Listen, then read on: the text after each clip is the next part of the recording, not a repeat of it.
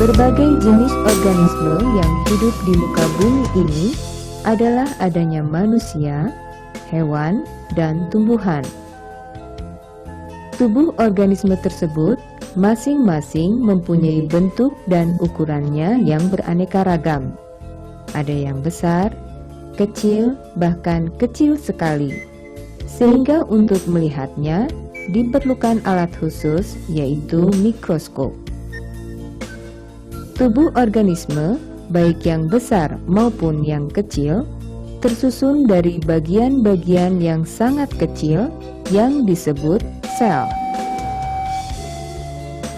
Untuk lebih memahami tentang struktur tubuh organisme yang meliputi tubuh hewan, tubuh tumbuhan, dan tubuh manusia, mari kita ikuti dan saksikan beberapa temanmu yang berkunjung ke laboratorium.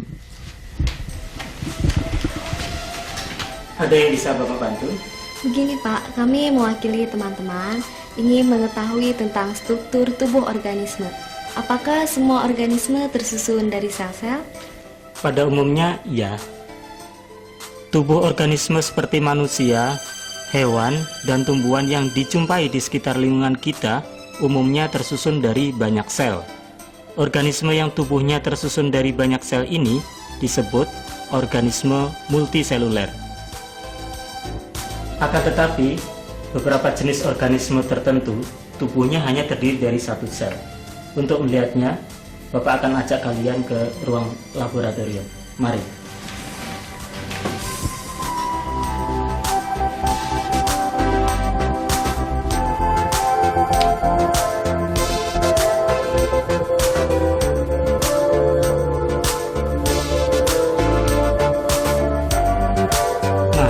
Karena tubuh organisme ini hanya terdiri dari satu sel, maka kita harus menggunakan mikroskop. Coba Sari kamu lihat.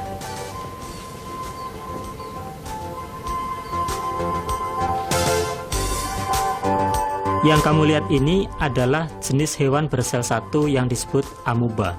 Seluruh kegiatan hidup amuba diatur oleh sel tersebut. Selain itu, contoh lainnya ada, Pak? Ada, contoh lainnya yaitu Paramecium dan Euglena. Organisme-organisme ini disebut dengan organisme uniseluler.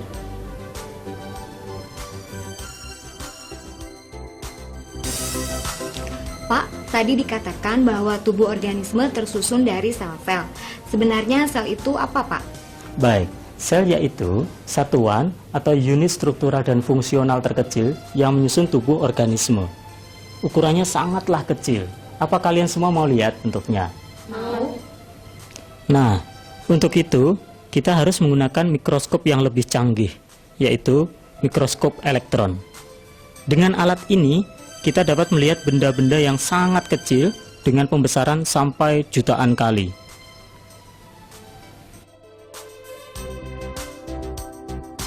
Sebuah sel memiliki bagian-bagian yang sangat rumit atau kompleks. Akan tetapi, pada umumnya, sebuah sel memiliki bagian-bagian seperti inti sel, sitoplasma, selaput plasma atau membran sel, dan rongga sel atau yang disebut vakuola.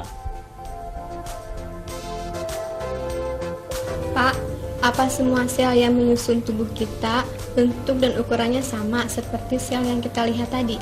Oh, tidak. Bentuk dan ukuran sel berbeda-beda dan mempunyai fungsi yang berbeda pula. Untuk jelasnya, mari kita kembali ke ruangan saya.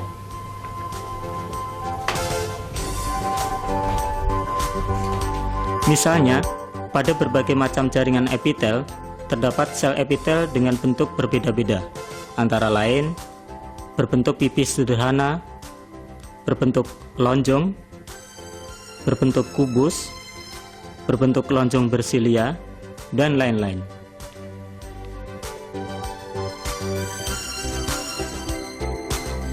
Pak, bagaimana dengan sel-sel yang menyusun tubuh hewan dan tubuh tumbuhan, Pak? Pada hewan dan tumbuhan pun sel-selnya berbeda. Coba kalian perhatikan gambar ini. Gambar ini adalah contoh sel-sel yang terdapat pada tumbuhan. Jika kalian perhatikan, tampak jelas bahwa sel-sel yang dimiliki oleh tumbuhan pun bentuk dan ukurannya berbeda-beda. Pak Budi, karena sel itu memiliki ukuran yang sangat kecil, maka tubuh organisme multiseluler memiliki sel-sel dalam jumlah jutaan. Ya, Sari benar. Kemudian, bagaimana cara sel-sel tersebut menyusun tubuh suatu organisme? Garis besarnya begini. Sel-sel yang sama bentuk dan fungsinya akan membentuk jaringan. Beberapa jaringan membentuk organ atau alat tubuh. Beberapa alat tubuh akan membentuk sistem organ. Dan beberapa sistem organ akan membentuk organisme. Jadi pada tubuh kita ini terdapat beberapa jaringan, beberapa organ, dan sistem organ. Ya, Besti juga benar. Wah Pak, kalau begitu saya jadi ingin tahu lebih banyak tentang jaringan, organ, dan sistem organ. Mau saya jelaskan lagi? Mau dong. Tadi Bapak telah katakan bentuk dan fungsi sel berbeda-beda. Beberapa sel yang sama berkumpul dan menyusun diri dengan rapat. Sel-sel yang sama ini saling berkaitan dan menjalankan suatu fungsi tertentu. Nah, sekelompok sel yang bersatu dan mempunyai bentuk serta fungsi yang sama disebut jaringan. Tubuh manusia dan hewan, walaupun mempunyai tipe sel yang berbeda, tetapi umumnya jaringan pokok penyusun tubuhnya ada 4 macam, yaitu: pertama, jaringan epitel. Kedua, jaringan otot. Ketiga, jaringan saraf. Dan yang keempat, jaringan penyokong atau penguat. Ini contoh jaringan epitel pipih yang terdapat di permukaan kulit. Bila kalian perhatikan, jaringan ini tersusun dari sel-sel yang sama bentuknya. Ini adalah contoh jaringan otot. Jaringan ini tersusun dari sel-sel otot yang sama bentuknya. Yang ini contoh jaringan saraf. Jaringan ini tersusun dari sel-sel saraf yang sama bentuknya. Contoh terakhir yaitu jaringan penyokong atau penguat, antara lain jaringan tulang keras, jaringan tulang rawan, dan jaringan darah.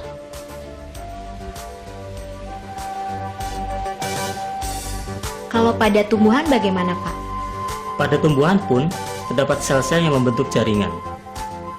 Jaringan pada tumbuhan dibedakan atas 2 macam, yaitu pertama, jaringan meristem. Yang kedua, jaringan permanen atau jaringan dewasa. Contoh jaringan meristem antara lain terdapat pada bagian titik tumbuh akar. Bila kalian perhatikan, jaringan ini tersusun dari sel-sel yang sama bentuknya. Sedangkan contoh jaringan permanen atau dewasa antara lain terdapat pada daun. Bila kita membuat sayatan tipis melintang pada daun, di mikroskop akan tampak sel-sel yang membentuk jaringan. Di sini tampak antara lain sel-sel yang membentuk jaringan tiang atau jaringan palisade, dan sel-sel yang membentuk jaringan bunga karang, serta sel-sel yang membentuk jaringan pembuluh pengangkut. Bagaimana? Apakah sudah dipahami pengertian tentang jaringan? Sudah Pak. Kalau sudah, mari kita lanjutkan pembicaraan tentang alat tubuh atau organ. Kumpulan beberapa jaringan yang melakukan suatu fungsi tertentu akan membentuk organ. Misalnya organ jantung, baik pada manusia atau hewan, antara lain dibentuk oleh jaringan otot, jaringan saraf, dan jaringan pembuluh darah. Ini adalah contoh beberapa organ yang kita miliki. Setiap organ mempunyai fungsi tertentu. Misalnya, organ jantung berfungsi untuk memompa darah agar beredar ke seluruh tubuh. Organ paru-paru antara lain berfungsi sebagai alat pernapasan. Organ hati berfungsi sebagai tempat menawarkan racun yang terbentuk di dalam tubuh. Sementara itu, organ lambung berfungsi sebagai salah satu alat pencernaan. Nah, masih banyak organ lain yang kita miliki. Coba Hermi, mungkin kamu dapat menyebutkan contoh organ yang belum Bapak sebutkan tadi. Otak dan ginjal. Iya, benar. Tahu fungsinya? Otak berfungsi mengatur semua kegiatan organ-organ yang kita miliki.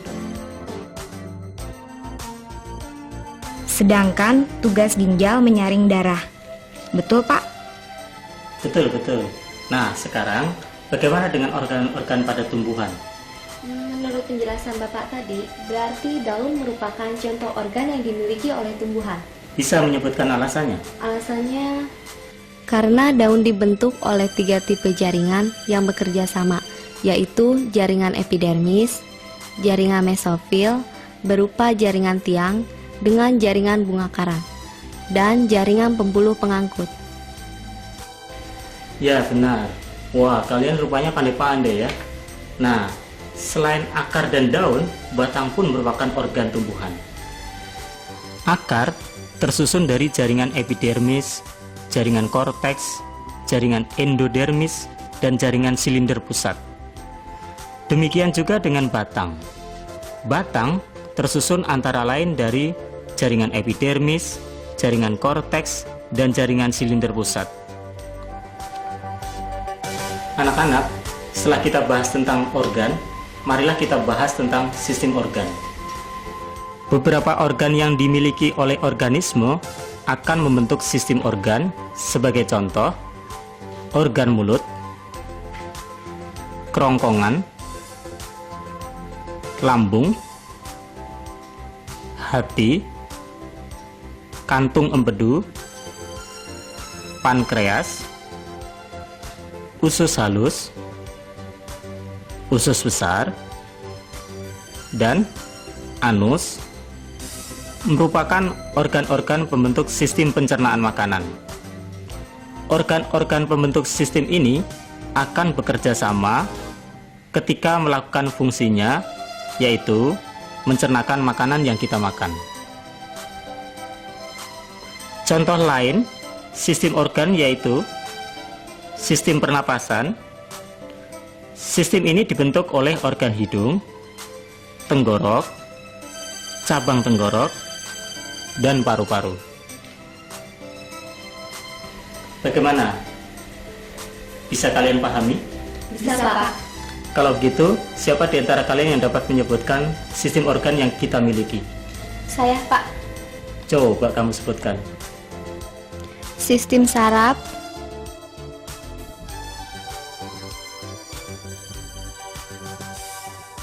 sistem peredaran darah atau sistem transportasi,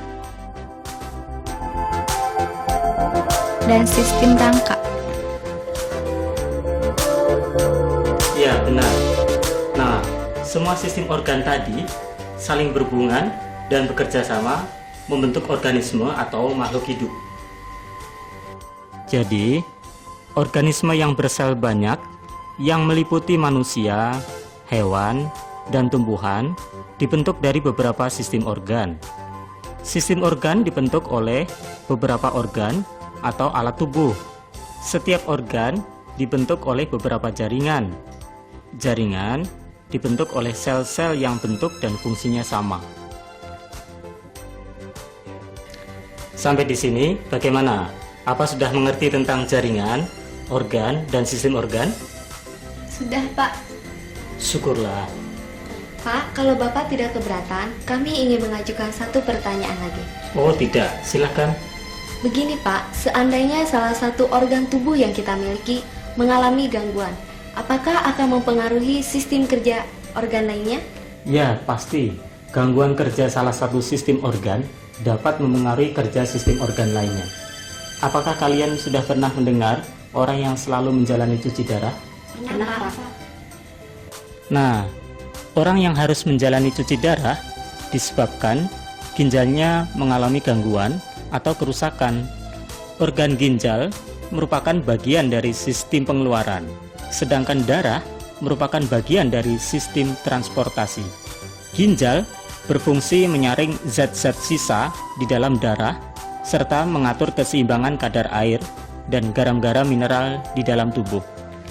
Zat sisa yang disaring oleh ginjal akan dikeluarkan dari dalam tubuh bersama-sama urin atau air seni. Dengan terganggunya fungsi ginjal, maka proses penyaringan dan pengaturan air serta garam-garam mineral menjadi tak sempurna. Zat-zat sisa yang berupa racun akan beredar di dalam darah menuju ke alat-alat tubuh, terutama jantung. Darah menjadi lebih pekat dan tugas jantung sebagai pemompa darah menjadi lebih berat, sehingga sirkulasi darah pun terganggu. Jadi, bila terjadi gangguan pada sistem pengeluaran, maka sistem transportasi pun terganggu. Oh begitu, Pak Budi, rasanya banyak yang sudah Bapak jelaskan dan banyak pula hal-hal baru yang kami dapat. Untuk itu kami mengucapkan terima kasih. Sama-sama.